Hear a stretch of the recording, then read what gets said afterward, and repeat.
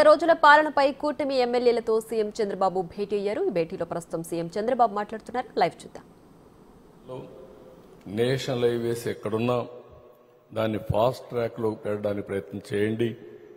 దానివల్ల మన రోడ్డు వ్యవస్థ అంతా కూడా బాగా వచ్చే పరిస్థితికి వస్తుంది. ఇంకొక పక్కన మీరు చూస్తే జల్ జీవన్ మిషన్ 50% కేంద్రం ఇస్తున్నారు, 50% మనం ఇవ్వాలి. ఈరోజు కేంద్రం ఇచ్చే డబ్బులు తీసుకోకుండా, ఇచ్చిన డబ్బులను కూడా సద్వినియోగం చేయకుండా ఈరోజు ఆ కార్యక్రమాన్ని పూర్తిగా నిర్వీర్యం చేసే పరిస్థితికి వచ్చారు. ఇప్పుడు నాకు ఏమాత్రం అనుమానం లేదు, ఆ మాట నేను కానీ డిప్యూటీ సీఎం గారు మాట్లాడుకున్నాం. తప్పకుండా మళ్లీ కేంద్రాన్ని ఒప్పించి జల్ జీవన్ మిషన్ ద్వారా ప్రతి ఇంటికి కొళాయి ద్వారా నీళ్లు ఇస్తామని ఎన్డీఏ ప్రభుత్వం చాలా స్పష్టంగా చెప్పాం.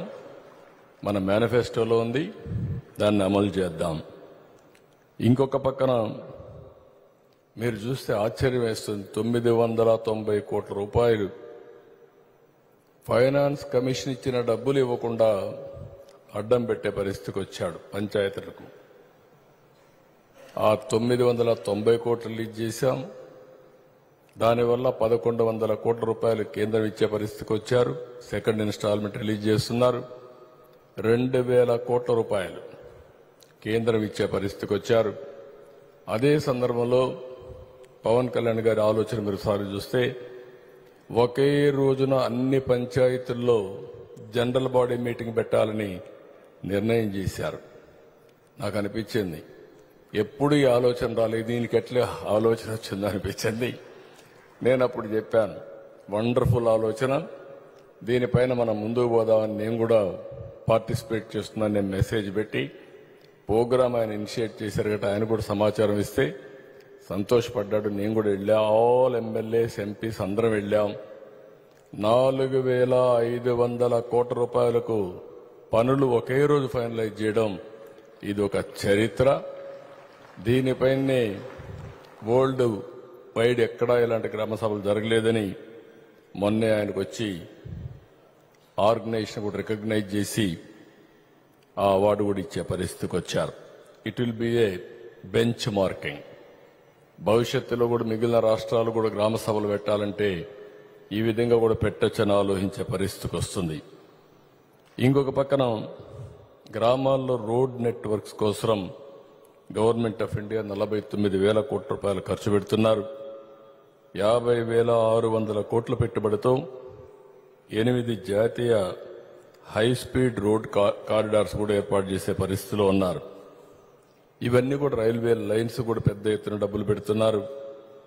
ఈ సందర్భంలో 5 సంవత్సరాలు విశాఖపట్నం రైల్వే జోన్ వాళ్ళు అడిగిన ల్యాండ్ ఇవ్వకుండా అడ్డం పెట్టే పరిస్థితి వస్తే ఎన్డీఏ ప్రభుత్వం ఇక్కడ వస్తానే అక్కడ ఎన్డీఏ ప్రభుత్వంతో మాట్లాడి ల్యాండ్ ఇచ్చాం. తొందరలోనే రైల్వే జోన్ క్లియర్ కావడమే కాకుండా విశాఖపట్నంలో ఫౌండేషన్ వేస్తామని కేంద్ర మంత్రి హామీ ఇచ్చారు. ఆ సమస్య పరిష్కారం చేసే పరిస్థితికి వచ్చాం. ఈరోజు ఇక్కడే మిమ్మల్ని అందరినీ ఒకటే కోరుతున్నాం. Government of India green energy మీద మేజర్ ఫోకస్ పెట్టారు. ఇండియాకి ఇది గేమ్ చేంజర్. ఇలాంటి కార్యక్రమాల వల్ల ఇండియా రాబోయే రోజుల్లో గ్రీన్ ఎనర్జీలో బ్రహ్మాండంగా ముందుకు పోయే పరిస్థితి వస్తుంది. అందుకే 100 రోజుల కార్యక్రమంలో మీరు చూస్తే మొన్నే అహ్మదాబాద్లో ఒక మీటింగ్ జరిగితే నేను కూడా వెళ్ళాను. ప్రధానమంత్రి గారు ఇనాగరేట్ చేశారు. ఒక నిర్దిష్టమైన లక్ష్యం పెట్టుకున్నప్పుడు నేను కూడా 72 గిగావాట్స్ పవర్ ఉత్పత్తి చేస్తామని, 10 లక్షల కోట్ల రూపాయలు పెట్టుబడులు, 7.5 లక్షల మందికి ఉద్యోగాలు 5 సంవత్సరాల్లో సాధించడానికి ఒక్క గ్రీన్ ఎనర్జీలో ముందుకు పోతున్నామని చెప్పి కూడా నేను మీకు తెలియజేస్తున్నా. ఇది ఒక వినూత్నమైనటువంటి ఆలోచన. అలాంటిది ముందుకొచ్చారు. కుసుమ్ కార్యక్రమం కింద ట్రాన్స్ఫార్మర్స్ ఏవి సబ్ స్టేషన్ ఉన్నాయో అక్కడే కరెంట్ ఉత్పత్తి చేసుకునే పరిస్థితి వస్తుంది. అంటే కేంద్రం కూడా నేను ఎందుకు మీ అందరికీ పదే పదే చెప్తున్నానంటే కేంద్రంలో వచ్చే కార్యక్రమాలు అధ్యయనం చేసుకోవడం, ఆ కార్యక్రమాలని రాష్ట్రంలో కూడా అనుసంధానం చేసుకోవడం, మనం అనుకున్న లక్ష్యాల్ని ఏ విధంగా ముందుకు తీసుకుపోవడానికి ఇది పనికొస్తుంది. రెండో విషయం, విజన్ 2047 గవర్నమెంట్ ఆఫ్ ఇండియా వికసిత్ భారత్కి నాంది పలికారు. మనం స్వర్ణాంధ్ర పేరుతో స్వర్ణ ఆంధ్రప్రదేశ్ 2047కి మనం కూడా విజన్ డాక్యుమెంట్ తయారు చేస్తున్నాం. మిమ్మల్ని కూడా కోరుతున్నాం, మీ నియోజకవర్గం ఏ విధంగా ఉండాలనో 2047కి ఎమ్మెల్యేల నాయకత్వంతో ఒక విజన్ డాక్యుమెంట్ తయారు చేయండి. 5 సంవత్సరాలు ఏం చేయాలో మీరు ఆలోచించండి. అప్పుడు మీకు కూడా ఒక అవగాహన వస్తుంది. అది చరిత్రలో శాశ్వతంగా మిగులుతాం. మనకు ఓట్లేసిన ప్రజల్ని అన్ని విధాలా పైకి తేవడం కోసం ఏం చేయాలనో ఒక నిర్దిష్టమైన ఆలోచనతో మనం ముందుకు పోదాం. డబ్బులు లేవనేది కానీ ఇంకోటి కానీ నేను ఒకటే చెప్తున్నా, మీరు ఒక ప్రణాళిక తయారు చేయండి. ప్రభుత్వంలో ఏమున్నాయి మేము కూడా మీకు అవగాహన ఇస్తాం. దానిపైన అందరం కూడా 2047కి ఈ రాష్ట్రంలో పేదరికం లేకుండా ఆర్థిక అసమానతలు తగ్గించే వ్యవస్థకి శ్రీకారం భారతదేశం చుడుతుంది. అందులో అగ్రస్థానంలో మనం ఉండాలని చెప్పి నేను మిమ్మల్ని అందరినీ కోరుకుంటున్నాను. ఈరోజు ఇంకొక పక్కన చూస్తే ఈ విషయాలన్నీ కూడా ప్రజల్లో మీరు చర్చనీయాంశం చేయాలి. 10 లక్షల కోట్ల రూపాయల అప్పులు, 1 లక్ష కోట్ల రూపాయలు పెండింగ్ బిల్స్. ఇలాంటి సమయంలో మనం అధికారంలోకి వచ్చిన తర్వాత ఏం చేయాలని అర్థం కాని పరిస్థితి. కానీ నాకు ఈరోజు మిమ్మల్ని చూస్తే, కుండే మెంబర్స్ చూస్తే మనస్ఫూర్తిగా అభినందిస్తున్నా. మీ సహకారం నా జీవితంలో ఎప్పుడూ మరిచిపోలేనని చెప్పి మరొక్కసారి మీ అందరికీ తెలియజేస్తున్నా. అటు కేబినెట్లో ఉండే మినిస్టర్స్ కానీ, ఇటు పవన్ కళ్యాణ్ గారు కానీ కేంద్రం ఇచ్చిన సహకారంతో మనం ముందుకు పోయే పరిస్థితికి వచ్చాం. అందుకే మొదటి రోజున 5 సంతకాలు నేను చేశాను. ఈ 5 సంతకాలు కూడా మీరు గుర్తుపెట్టుకోవాల్సింది, 20 లక్షల ఉద్యోగాలు యువతకి ఇస్తామని ఒక హామీ ఇచ్చాం. అందులో డిఎస్సి, మెగా డిఎస్సి 16,347 ఉద్యోగాలు ఇచ్చాం. రేపటి నుంచి ఎన్ని ఉద్యోగాలు ఏ రోజు ఇస్తున్నామో అవన్నీ కూడా పెట్టి క్యూములేటివ్గా లెక్కేసుకుంటూ 5 సంవత్సరాల్లో ఎట్టి పరిస్థితుల్లో కూడా 20 లక్షల ఉద్యోగాలు ఇచ్చే దిశగా ముందుకు పోతామని మరొక్కసారి హామీ ఇస్తున్నా. దానికోసం మనందరం కూడా సమిష్టిగా పనిచేద్దాం. ఇంకొక పక్కన మీరు చూస్తే ఏదైతే పెన్షన్ గత ప్రభుత్వం ఇచ్చింది 5 ఏళ్లు 250 పెంచుకుంటూ పోయారు. ఈరోజు మనం ఆలోచించింది ఒకేసారి 1000 రూపాయలు పెంచి ఏప్రిల్ నుంచి ఇస్తానన్నాం. దానికి కూడా ఒక కారణం ఉంది. పదే మనం పెన్షన్లు ఇవ్వమని చెప్పేదే కాకుండా వాలంటీర్లు లేకపోతే పెన్షన్లే ఇవ్వలేమని చెప్పి తప్పుడు ప్రచారం చేస్తామంటే ఎందుకు ఇవ్వలేమో నిరూపించడం కోసం మనం 4,000 రూపాయలు పింఛను పెంచుతామని, మిగిలిన పెంచిన పింఛన్లన్నీ ఏప్రిల్ నుంచి ఇస్తామని చెప్పి హామీ ఇచ్చి ఒకేసారి మనం డిస్ట్రిబ్యూట్ చేశాం. ఏ వాలంటీర్ను వాడలేదు. ప్రభుత్వ యంత్రాంగంతో సమర్థవంతంగా 100% ఒకే రోజున పూర్తి చేయగలిగామంటే అది మనం చూపించిన చొరవ. ఇది అసాధ్యమని చెప్పి కావాలని ముసలవాళ్ళని మంచి ఎండల్లో ఏప్రిల్, మేలో, జూన్లో అందరినీ కూడా సచివాలయాన్ని పిలిపించి 32 మందిని చంపేసే పరిస్థితికి వచ్చారు. తిప్పి చంపేసే పరిస్థితికి వచ్చారు. దానికి కూడా మనం ఇప్పుడే నేను చూశాను, మీరందరూ భాగస్వాములు అయ్యారు. 64 లక్షల మందికి ఇచ్చాం. అందుకే భవిష్యత్తులో కూడా మొదటి రోజున పేదల సేవలు అనే పేరు పెట్టి పేదలు మనకు గుర్తొచ్చే విధంగా చేయాల్సిన అవసరం ఉంది. లాస్ట్ మంత్ అయితే, ఈ మంత్లో అయితే మనకు ఒక సెలవు రోజు వస్తే, హాలిడే వస్తే 1 డే ఇన్ అడ్వాన్స్ ఇచ్చాం. భవిష్యత్తులో కూడా ఎప్పుడు ఎలాంటి సంఘటనలు వచ్చినా ఒక రోజు ముందే పేదలకు పింఛన్లు ఇచ్చే కార్యక్రమానికి శ్రీకారం చుడతాం, అది చేస్తాం. దీంట్లో ఒక రోజు అటో ఇటో ఇస్తే కాదు, కానీ దట్ ఈజ్ అవర్ కమిట్మెంట్. ఆ కమిట్మెంట్ని ఎప్పుడూ నిలబెట్టుకుంటూ ముందుకు పోదాం. అదే మరిగా ఉద్యోగస్తులకి ఈ మధ్యకాలంలో ఎప్పుడు వాళ్ళు మొదటి తారీఖు జీతాలు తీసుకున్న సందర్భాలు లేవు. పెన్షనర్స్ పాపం వాళ్ళైతే 10వ తారీఖున 20వ తారీఖున ఓసారి 2-3 నెలలు కూడా ఇచ్చిన సందర్భాలు లేవు. కానీ ఒకటే ఆలోచించాం, మొదటి రోజున పెన్షన్లు ఇవ్వాలనుకున్నాం, జీతాలు ఇవ్వాలనుకున్నాం, అది సక్రమంగా ఇస్తున్నాం, భవిష్యత్తులో కూడా ఇస్తామని చెప్పి కూడా మరొకసారి మీ అందరికీ తెలియజేస్తున్నా. నేను ఇంకొక విషయం కూడా మీరు గుర్తుపెట్టుకోవాల్సింది, కమ్యూనికేషన్ అనేది చేసిన పనిని ప్రజలకు చెప్పడం. మనం చేసే పనుల్లో ఎక్కడైనా సరే చిన్న చిన్న పొరపాట్లుంటే మళ్ళీ దాన్ని ఏ విధంగా ఇంప్రూవ్ చేయాలని ఇంప్రూవ్ చేయడం. అదే సమయంలో వాళ్ళ అవసరాలు కూడా మీరు గుర్తించి ఈ కార్యక్రమాలు చేస్తున్నాం, ఇవి కాకుండా ఇంకా ప్రియారిటీ ఏమున్నాయో అవి కూడా మన మీటింగ్లో మనం మాట్లాడుకోగలిగితే అవన్నీ కూడా మనం చేసే అవకాశం వస్తుంది. ఇంకొక పక్కన మీరు చూసినప్పుడు ఏదైతే ల్యాండ్ టైటిలింగ్ యాక్ట్ ఒక చాలా భయంకరమైన యాక్ట్, ఇది వాళ్ళ ఓన్ మనుషులను పెట్టుకొని రికార్డ్స్ రాసేసే పరిస్థితి. దానికి ఒక చట్టం తీసుకొచ్చారు. ఎంఆర్ఓలు చేసే పని గవర్నమెంట్ ఎవరినో ఒకరు నామినేట్ చేసి ఆ రికార్డ్స్ అని కరెక్ట్ చేస్తారు. ఒకవేళ కరెక్ట్ చేసిన తర్వాత కూడా కంప్యూటరైజేషన్ కూడా వీళ్ళ మనుషులకు కాంట్రాక్ట్ ఇచ్చి అక్కడ వాళ్ళ దగ్గర రికార్డులు పెట్టడం.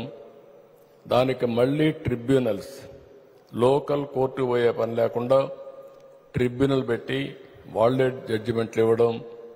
ఫైనల్గా హైకోర్టు పోవాలంటే ఎవరు పోతారో నాకు అర్థం కాలేదు.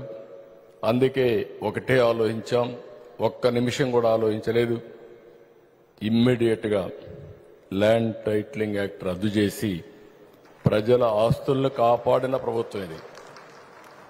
గత ప్రభుత్వంలో చేసిన అవకతవకలు మీరు చూసి చాలా ఉన్నాయి. రికార్డ్స్ ఎంత తారుమారు చేశారంటే, మన భూమి 22A అంటే గవర్నమెంట్ భూమి అయిపోతుంది. ఇంకా మనం ఎన్ని కొట్టుకున్నా మన భూమిని ఇంకా డిస్ప్యూట్లో పడిపోయి చాలా ప్రాబ్లమ్స్ వచ్చే పరిస్థితి వచ్చింది. ఈ విధంగా మీరు చూస్తే ఫ్రీ హోల్డ్ అనే పేరు పెట్టి కొన్ని లక్షల ఎకరాలు వీళ్ళ బినామీలతో వీళ్ళ పేరుతో పట్టాలు చేసుకునే పరిస్థితికి వచ్చారు. అందుకే Madanapalle files, Madanapalle sub collector ఆఫీసులో ఫైల్స్ కాల్ చేసే పరిస్థితికి వచ్చారు. డాక్యుమెంట్స్ లేకుండా చేసే పరిస్థితికి వచ్చారు. అయితే ఒక్క విషయం మీరు గుర్తుపెట్టుకోవాలి, ముందు వెనకుంటుంది కానీ తప్పు చేసిన వాడు మాత్రం ఎట్టి పరిస్థితుల్లో తప్పించుకోలేరు. అది జరుగుతుంది, జరిగి తీరుస్తాం. ఇంకొక పక్కన అన్నా క్యాంటీన్లు, ఇప్పుడే పవన్ కళ్యాణ్ గారు అన్నారు, అన్నా క్యాంటీన్ గురించి మాట్లాడుతూ చెప్పారు. ఎంత దుర్మార్గమైన కార్యక్రమం అంటే, ఆ రోజు ఎన్టీ రామారావు గారు తిరుమల పైన అన్నదానం ప్రవేశపెట్టారు. ఎన్నో ప్రభుత్వాలు మారాయి, ఎవ్వరు కూడా కార్యక్రమాన్ని రద్దు చేయాలన్న ఆలోచన ఎవరికీ రాలేదు. అలాంటిది అన్నా క్యాంటీన్ రద్దు చేసి ఒక దుర్మార్గమైనటువంటి పని చేసే పరిస్థితికి వచ్చారు. మొన్నే 100 పెట్టాం, రేపు 78 పెడుతున్నాం. ఇంకొక 10 రోజుల్లో 15 రోజుల్లో మొత్తం 203 అన్నా క్యాంటీన్లు పెట్టి మళ్లీ పేదవాళ్లకు నిరంతరం భోజనం పెట్టే కార్యక్రమానికి శ్రీకారం చుడతాం. ఇంకొక పక్కన ఆ రోజు నాకు బాగా జ్ఞాపకం, ఏదో మీటింగ్లో మాట్లాడుతూ ఉంటే పవన్ కళ్యాణ్ గారు అన్నారు, స్కిల్ డెవలప్మెంట్ చేస్తే బాగుంటుందని అన్నారు. నేను ఆ మీటింగ్లోని ఈస్ట్ గోదావరిలో అనుకుంటాను, లేకపోతే వెస్ట్ గోదావరిలో అనుకుంటాను. ఆ మీటింగ్లో నాకు ఆలోచన వచ్చింది. ఆ రోజే అనౌన్స్ చేశాం, స్కిల్ సెన్సస్ చేస్తే బాగుంటుందని ఆలోచన వచ్చి, దేశంలోనే కాదు ప్రపంచంలోనే మొత్తంగా మీరు ఆలోచిస్తే స్కిల్ సెన్సస్ చేసిన ఏకైక ప్రభుత్వం ఆంధ్రప్రదేశ్లో ఎన్డీఏ ప్రభుత్వం అని చెప్పి కూడా నేను మీకు తెలియజేస్తున్నా. దీనివల్ల భవిష్యత్తులో ఒక న్యూ ట్రెండ్కి కానీ, రెండోది మనం గుర్తుపెట్టుకోవాల్సిన అవసరం ఉంది, చాలా వరకు అవకాశాలు విపరీతంగా పెరిగాయి. కానీ దీనికి కావాల్సిన స్కిల్స్ కూడా మనం రీఓరియంట్ చేసుకోవాల్సిన అవసరం ఉంది. నాలెడ్జ్ని, స్కిల్స్ని కంటిన్యూగా ఎప్పటికప్పుడు అప్డేట్ చేసుకోవాలి. అది కూడా చేసుకునే దానికి ముందుకు పోవాల్సిన అవసరం ఉంది. ఈ 5 నిర్ణయాలు చేయడమే కాకుండా మీరు ఒకసారి చూస్తే 7 వైట్ పేపర్స్ పబ్లిసైజ్ చేశాం. రాష్ట్రంలో జరిగే అన్ని విషయాలు దాంట్లో చాలా స్పష్టంగా చెప్పాం. ఆ రోజు 7 వైట్ పేపర్స్, ఈ రోజే కేబినెట్కి వస్తే వాలంటీర్స్ పదవీ కాలం 1 సంవత్సరం కంటే ముందే అయిపోయింది.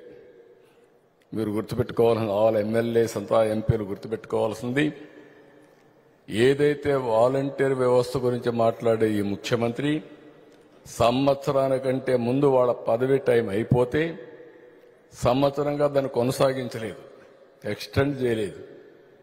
కానీ మొన్న టెంపరీగా ఒక 3 నెలలకు పాతదానికి మనం డబ్బులు ఇచ్చారు. కానీ వాళ్ళు మాత్రం పేరోల్స్లో కూడా లేరు. ఈరోజు వాళ్ళు చేసిన పనికి వాలంటీర్స్ ఆన్ రికార్డ్ లేరు. కొంతమందికి రాజీనామాలు చేపి ఇచ్చారు, మిగిలిన వాళ్ళు కూడా ఎప్పుడో వాళ్ళకి ఇచ్చిన ఆర్డర్స్ కూడా ఎక్స్పైర్ అయిపోయినాయి. అలాంటి వాడు వాలంటీర్స్ గురించి మాట్లాడే పరిస్థితికి వస్తున్నారంటే చాలా దుర్మార్గం. దాని మీద కూడా నేను చెప్పాను, ఏం జరిగిందో చూడమన్నాం. ఈరోజే మా కేబినెట్కి వస్తే 4 లక్షల మందికి నెలకు 200 రూపాయలు చొప్పున సాక్షి పేపర్ వేయడానికి శాంక్షన్ చేశారు. 205 కోట్ల రూపాయలు ఒక పేపర్కి ఇచ్చుకున్నారు. ఇది ఎక్కడా ప్రజాస్వామ్య దేశాల్లో ఎక్కడా జరగవి. మళ్ళీ ఆ పేపర్లో వీళ్ళు వేసే అసత్యాల్ని, అబద్ధాల్ని, అసత్య ప్రచారాన్ని ఇంటింటికి తీసుకెళ్ళాలి మళ్ళీ వీళ్ళు. కానీ ఓసారి మీరు అందరూ గుర్తుపెట్టుకోవాల్సిన అవసరం ఉంది, ప్రజాస్వామ్యం చాలా పవర్ఫుల్. మీరు తప్పుడు ప్రచారం ఎంత చేసినా, లేకపోతే ఏదో ఒక విధంగా మభ్య పెట్టాలని ప్రయత్నం చేస్తే ప్రజలకు వాస్తవాలు తెలియకుండా ఉండవు. అది చూసిన తర్వాత అందుకే అనిపిస్తుంది, 154 మంది గెలిచామని విర్రవీగిన వ్యక్తి 11 సీట్లతో సరిపెట్టుకున్నారంటే అదే ప్రజాస్వామ్య రహస్యం అని చెప్పి కూడా నేను మీకు తెలియజేస్తుంది. That is the beauty of democracy. ఆ విషయం మనం గుర్తుపెట్టుకోవాల్సిన అవసరం ఉంది. ఇంకొక పక్కన మీరు ఒకసారి చూస్తే ఇసుక చాలా ఛాలెంజ్. ఇది నేను ఒకటే కోరుతున్నా, కొండే మెంబర్స్ అందరూ, ఇందులో నేను కానీ, పవన్ కళ్యాణ్ గారు కానీ, బీజేపీ తరఫున పురంధేశ్వరి గారు కానీ చాలా స్పష్టంగా ఉన్నాం. ఎట్టి పరిస్థితుల్లో ఎన్డీఏ ప్రభుత్వం, మనం వాళ్ళని క్రిటిసైజ్ చేశాం, ఎండగట్టాం, తప్పులు చేశారు, అవన్నీ కూడా ఎంక్వైరీలు చేస్తున్నాం. ఎట్టి పరిస్థితుల్లో తప్పులు చేసిన వాడిని వదిలిపెట్టే సమస్య ఉండదు. మళ్ళీ మనం చేసే పని మాత్రం చాలా పవిత్రంగా ఉండాల్సిన బాధ్యత మనందరిపైన ఉంది. దానికి కూడా క్లియర్గా, ఎందుకంటే వర్షాకాలం వచ్చింది, వర్షాకాలం అయిపోతా ఉంది. వర్షాకాలం అయిన తర్వాత ఎంత ఇసుక కావాలో అంత ఇసుక వస్తుంది. ఇసుక ఎక్స్లవేషన్ కాస్ట్ ఎంత ఉందో అంత లోకల్ ట్యాక్సెస్ వేసిన అది ప్లస్ అవుతుంది. డిస్టెన్స్ను బట్టి యూనిఫామ్ రేట్ కూడా ఫిక్స్ చేశాం. దాని ప్రకారమే లారీలు కూడా ఇంట్రెస్ట్ చేస్తున్నాం.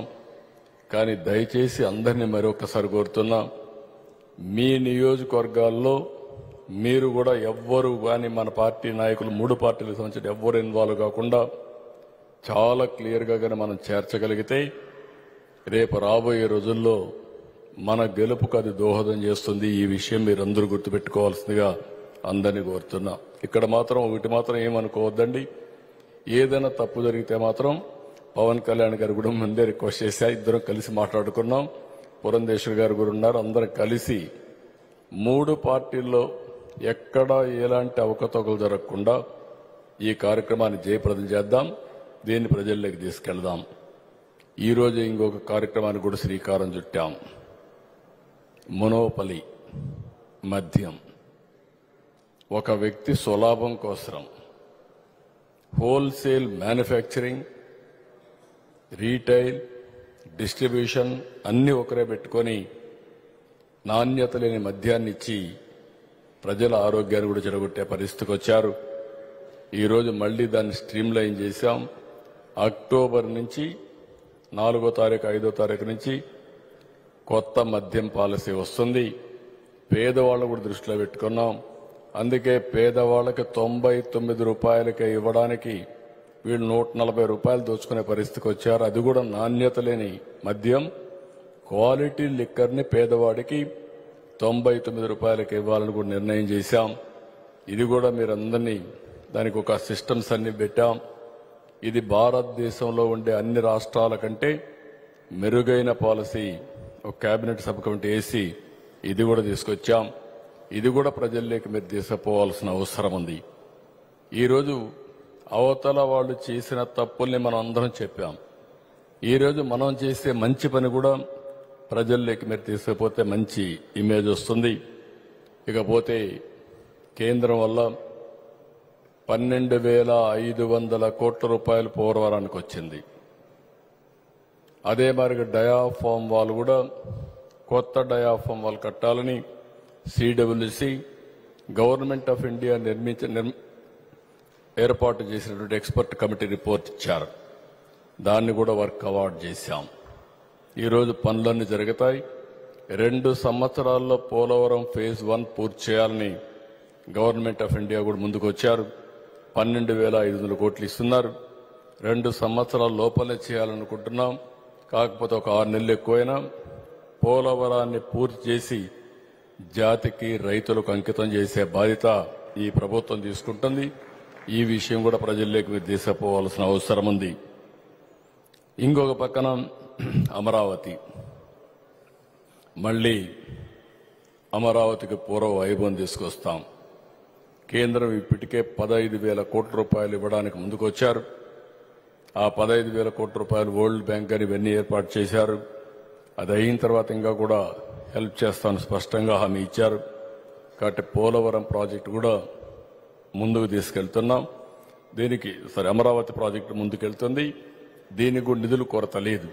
కాబట్టి దాన్ని కూడా ముందుకు తీసుకెళ్తాం. అదే సమయంలో కేంద్రం ఇటీవల 3 ప్రాజెక్టులు మీ నియోజకవర్గాల్లో మీరు గుర్తుపెట్టుకోవాలి. కొప్పర్తి, కడప, ఓర్వకల్, కర్నూలు, నంద్యాల, నక్కపల్లి ఈ 3 కూడా ఇండస్ట్రియల్ పార్క్స్ కి కేంద్రం ముందుకు వచ్చారు. దీనికి డబ్బులు కూడా ఇచ్చారు. ఇవి కానీ పూర్తి చేసుకుంటే మనం ఇండస్ట్రీస్ కూడా పెద్ద ఎత్తున అట్రాక్ట్ చేసే పరిస్థితికి వస్తాం. ఈ 100 రోజుల్లో శ్రీ సిటీలో ఒక 15 సంస్థలు ప్రారంభించాం. ఇంకొక 6 సంస్థలకి ఇండస్ట్రీస్కి ఫౌండేషన్లు వేసాం. అదే మాదిరిగా బీపీఎల్ ఆధ్వర్యంలో మీరు చూస్తే దగ్గర 75,000 కోట్ల రూపాయలతో పెట్టుబడులు పెట్టడానికి ముందుకు వచ్చారు. విశాఖపట్నం ఎన్టీపీసీ ఏదైతే green energy, green hydrogen, down stream industries కోసం 1,50,000 కోట్ల రూపాయలు ఖర్చు పెట్టడానికి ముందుకు వచ్చారు. రేపు ఎల్లుండి అగ్రిమెంట్ చేస్తున్నాం. ఆ వర్క్ కూడా విశాఖపట్నంలో స్టార్ట్ అవుతుంది. అదే సమయంలో నేను ఎమ్మెల్యేస్ అందరినీ మిమ్మల్ని కోరేది గ్రామాల్లో ఆ రోజు 25,000 కిలోమీటర్లు సిమెంట్ రోడ్లు వేసాం. మిగిలిన అన్ని సిమెంట్ రోడ్లు వేసుకునే అవకాశం ఉంది. ఈరోజు మా అందరికంటే రిచెస్ట్ మ్యాన్ పవన్ కళ్యాణ్ గారు. ఎందుకంటే ఆయన దగ్గరే డబ్బులు ఉన్నాయి. పంచాయతీల్లో ప్లానింగ్ ఫైనాన్స్ కమిషన్ డబ్బులు ఇస్తుంది. నరేగా డబ్బులు మీరు చూస్తే డిమాండ్ డ్రివన్. ఇది ఎంత పని చేపిస్తే అంత డబ్బులు వస్తాయి. 60% లేబర్, 40% మెటీరియల్ కాంపోనెంట్. ఈ రెండు మ్యాచింగ్ చేసుకుంటే ఎంపీలు కానీ వీళ్ళందరూ కూడా మ్యాచింగ్ చేసుకుంటే పెద్ద ఎత్తున పనులు చేయడానికి అవకాశం ఉంటుంది. గ్రామంలో అన్ని పనులు చేసుకునే అవకాశం ఉంటుంది. అందుకే 17,000 కిలోమీటర్లు సిమెంట్ రోడ్లు వేయాలని, 10,000 కిలోమీటర్లు డ్రైనేజ్ కట్టాలని కూడా నిర్ణయించుకున్నాం. ఇవన్నీ కూడా వార్ ఫుటింగ్లో పెడతాం. ఇంకో పక్కన ఇంటింటికి నీళ్లు ఇచ్చే కార్యక్రమానికి కూడా శ్రీకారం చుడతాం. రైతులు కూడా మీరు చూస్తే 1,670 కోట్ల రూపాయలు మనోహర్ అయితే గట్టిగా పనిచేసి దాన్ని కంప్లీట్ చేయించారు. దానివల్ల 1,670 కోట్ల రూపాయల బకాయిలన్నీ పూర్తి చేసేసాం. రాబోయే రోజుల్లో కూడా 2 days 48 అవర్స్లో ధాన్యం కొనుగోలు చేస్తే వాళ్లకు డబ్బులు ఇచ్చే బాధ్యత కూడా మన ప్రభుత్వం తీసుకుంటామని కూడా మీ అందరికీ హామీ ఇస్తున్నాం. ఇదే మరికి మళ్ళీ చాలా నిర్ణయాలు చేశాం. ఏదైతే ఆ రోజు మనం అనుకున్నటువంటి ఎన్డీఏలో ఇంటింటికి మీరు పోయి చెప్పారో అవి చాలా నిర్ణయాలు చేశాం. ఉదాహరణకు డ్రిప్ ఇరిగేషన్కి 90% మళ్ళా పెట్టాం. జలాశయాలన్నీ ఏదైనా రిపేర్లుంటే చేయడానికి 340 కోట్లు పెట్టాం. ఇంకొక పక్కన మీరు చూస్తే తుంగభద్ర డ్యామ్ ఎప్పుడు కూడా ప్రభుత్వం ఎంత యాక్టివ్గా ఉంటుందంటే, ఏదైతే అన్నమయ్య డ్యామ్ కొట్టుకొని పోతే ముఖ్యమంత్రి ఆ పక్కకు పోలేదు ఆనాటి ముఖ్యమంత్రి. పులిచెంతల గేటు పోతే గేటు పెట్టడానికి 2 సీజన్లు అయినాయి. అదే మరిగా గుండ్లకమ్మ గేటు పోతే ఆ గేటు సరిగా పెట్టకపోతే మళ్ళా రెండోసారి పోతే మూడోసారి కాంట్రాక్టర్ రాలేదు. దానికి ఎంత డబ్బులంటే 10 కోట్లు. దానికి కూడా మనిషి రాని పరిస్థితి. అలాంటి సందర్భంలో మీరు ఒకసారి చూసినప్పుడు తుంగభద్రలో గేటు పోతే నేను కొండె నిమ్మల రామానాయుడు గారిని అదే మరి కేశవ్ గారిని అక్కడికి వెళ్ళమన్నాను. వెళ్ళారు. మన దగ్గర ఎక్స్పర్ట్ కన్నయ్య ఉన్నాడు. ఆయన రమ్మంటే కంటి ఆపరేషన్ చేసుకొని రాలేనంటే నా పేరు చెప్పగానే వచ్చి అక్కడ ప్రభుత్వం అనౌన్స్ చేశారు, గేటు పోయింది, ఈ సీజన్లో నీళ్లు రావు, ఓన్లీ డ్రింకింగ్ వాటర్కి ఇస్తామని అనౌన్స్ చేశారు. అలాంటి సందర్భంలో నీళ్లు పోయే సందర్భంలో అక్కడ కూర్చొని గేటు పెట్టి అది సక్సెస్ఫుల్గా గేటు పెట్టి ఈరోజు తుంగభద్ర డ్యాం పూర్తయి 13,000 క్యూసెక్స్ ఆఫ్ వాటర్ కిందకు వచ్చే పరిస్థితి వచ్చిందంటే అది మన కమిట్మెంట్ అని చెప్పి కూడా నేను మీకు తెలియజేస్తున్నా. ఇలాంటివి ఏది కూడా వదిలిపెట్టడం లేదు మనం. దానికి కూడా కారణం మనకు అక్కడి నుంచి అనంతపురకు వాటర్ వస్తుంది, కరూరు జిల్లాకు వాటర్ వస్తుందనే ఉద్దేశంతో పంపించాం. అది కూడా మనం చేయగలిగాం. ఇంకొక పక్కన విశాఖపట్నం స్టీల్ ప్లాంట్ కూడా అనవసరంగా దీన్ని ఒక ఇష్యూ చేయడానికి ప్రయత్నం చేస్తున్నారు. వీళ్ళ జీవితంలో ఎప్పుడూ ఈ స్టీల్ ప్లాంట్ గురించి మాట్లాడలేదు. ఇంత మునుపు కూడా విశాఖపట్నం స్టీల్ ప్లాంట్ ఇదే మరికి ఇబ్బందుల్లో వస్తే ఆ రోజు కాపాడింది వాజ్పేయి గారి గవర్నమెంట్లో ఎన్డీఏ ప్రభుత్వం. రెండోసారి కూడా మళ్లీ ఇబ్బందులు లేకొస్తే దీన్ని కాపాడే బాధ్యత కేంద్రం రాష్ట్రంలో ఉండే ఎన్డీఏ ప్రభుత్వం తీసుకుంటున్నామని చెప్పి కూడా నేను మీకు తెలియజేస్తున్నా. నిన్న కూడా మాట్లాడాను. అంత మునుపు కూడా ఒక మీటింగ్ పెట్టుకున్నాం. మొన్నే ఒక 500 కోట్లు రిలీజ్ చేశారు. ఆ డబ్బులతో ఇప్పుడంతా వర్క్ స్టార్ట్ చేశారు. తొందరలోనే అవసరమైతే ఇంకొక మీటింగ్ పెట్టుకొని విశాఖపట్నం స్టీల్ ప్లాంట్ని రన్ చేయడానికి ప్రైవేట్కి అప్పచెప్పకుండా గవర్నమెంటే నిర్వహించడానికి ముందుకు పోతున్నారు. అదే సందర్భంలో ఇక్కడుండే హైయెస్ట్ మెజారిటీ వచ్చింది గాజువాక. ఇక్కడే ఉన్నాడు పల్లా శ్రీనివాసరావు. ఆయన చేయాల్సింది నష్టాలు వస్తే మాత్రం కంటిన్యూగా నష్టాలు వస్తే ఎవరు ఏం చేయలేరు. ఆ విషయం ఆయన గుర్తుపెట్టుకోవాలి. మన కార్మికులు కూడా మనం మోటివేట్ చేయాలి. అటు కేంద్రం దృఢ సంకల్పంతో ఉన్నారు, మనం కూడా ఉండి మళ్లీ ఈ ప్రాజెక్టును కాపాడుకోవడం మనందరి బాధ్యత. ఇక్కడే ఎంపీ ఉన్నాడు, ఎమ్మెల్యే ఉన్నారు. విశాఖపట్నం ఎమ్మెల్యేస్ అంతా కూడా ఒకటి గుర్తుపెట్టుకోవాల్సిన అవసరం ఉంది. హైయెస్ట్ మెజారిటీ ఎక్కడన్నా వచ్చిందంటే విశాఖపట్నంలో ప్రజలు మనకి ఇచ్చారు. అన్ని జిల్లాల కంటే కూడా అది కాపాడుకుందాం. దానికి అక్కడ ప్రజల మనోభావాలకు అనుకూలంగా మనం పనిచేద్దాం. ఈ ప్రాజెక్టు కూడా ముందుకు తీసుకుపోదాం. ఇంకొక పక్కన నీరు చెట్టు నరేగా డబ్బులు కూడా రిలీజ్ చేస్తున్నాం. ఇంకా కొంత ఇవన్నీ మీరు ఎక్కడికక్కడ ఏదైతే అకౌంట్స్ అన్ని ఫైనల్ చేసి తీసుకురావాల్సిన అవసరం ఉంది. మీరు ఎమ్మెల్యేలు శ్రద్ధ తీసుకుంటే లోకల్గా కానీ ఈ బిల్స్ ఇవ్వండి ఇక్కడ అని చెప్తే అవన్నీ ఇప్పించే బాధ్యత తీసుకుంటాం. ఇంకొక పక్కన మీరు చూస్తే రాజధాని రైతులకు కూడా కౌలు ఇచ్చాం. 400 కోట్ల రూపాయలు వాళ్ళ అకౌంట్లో వేసాం. వాళ్ళని పెట్టని ఇబ్బందులు లేవు. అయినా కూడా అది కూడా మనం పూర్తి చేసే పరిస్థితికి వచ్చాం. ఇంకో పక్క నిన్న మొన్న మీరు చూసుంటారు, ఏదైతే పోలీసును కూడా పూర్తిగా ప్రక్షాళన చేసుకుంటున్నాం, అకౌంటబిలిటీ తీస్తున్నాం. 5 సంవత్సరాలు పోలీసు వ్యవస్థ మొత్తం ఒక జవాబుదారీతనం లేకుండా ఇష్టానుసారంగా తప్పుడు కేసులు పెట్టడం, ఎవరినంటే వాళ్ళని వేధించడం, కొంతమంది అదే పనిగా కూర్చొని ఇలాంటి తప్పుడు పనులు చేసే పరిస్థితికి వచ్చారు. వాళ్ళందరినీ కూడా ఏ విధంగా ప్రక్షాళన చేయాలని చేస్తూనే ఒక జవాబుదారీతనం తేవడానికి మీరు చూస్తున్నారు. ఎక్కడో ముంబైలో ఉండే యాక్ట్రెస్ అరెస్ట్ చేసిన విధానం మీరు చూశారు.